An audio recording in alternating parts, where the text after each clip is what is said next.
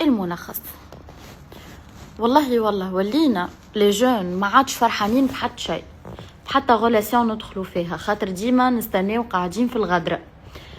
كاين نتفرع يستنى في الغدره من صاحبته ولا سافواغ مرته ولا خطيبته ولا، وكاين المراه تستنى فيه هو اللول. معناتها ولينا في حرب بصح، اللي شكون اللي يغدر لول هو الرابح.